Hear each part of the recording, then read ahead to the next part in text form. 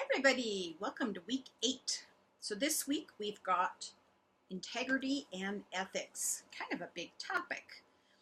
Sometimes you think that probably isn't going to come up a lot in nursing education. It actually does, a fair amount. So I'll talk about a few aspects. Once, watching myself video and I can see it here. Anyway, once when I was a dean of an ADN program, I was brought on board. It was a struggling program, and their pass rates weren't high, and they were just starting to look at becoming accredited. So the staff and the faculty and I really worked on enhancing the curriculum, changing up methods of teaching, got our NCLEX pass rates up in the 90% level, and got through our first accreditation visit. It was wonderful.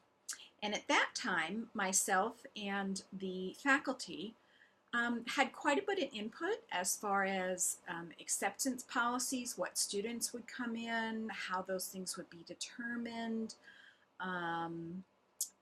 Just had a lot of control over the program. It was a for-profit college, and some of them are wonderful. This one, I have my concerns. After we attained accreditation and got our numbers up, I started to see unusual things happen. Students coming through being admitted that I didn't think should have been admitted. Courses, credits being accepted that I didn't think really met criteria.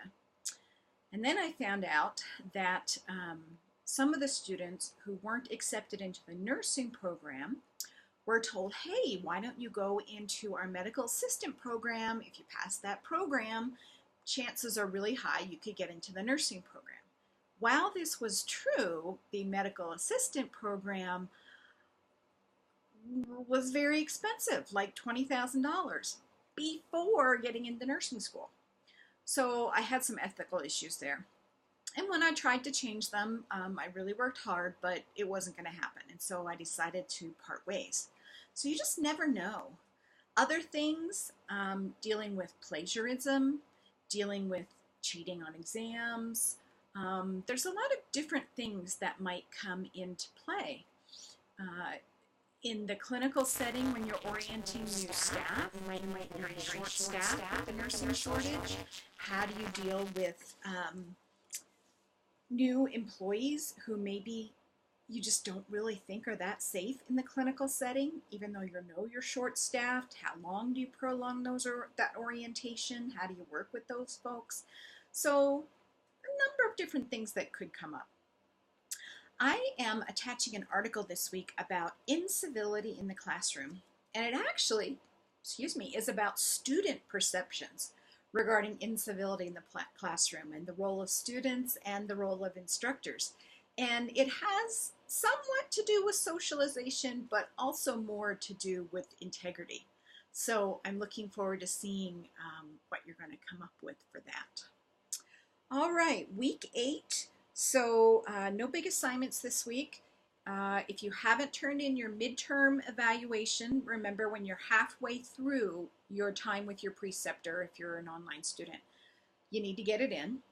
And then we've got that big old test analysis assignment coming up before too awful long. So if you have any questions about the midterm, any questions about the test analysis assignment, feel free and contact me.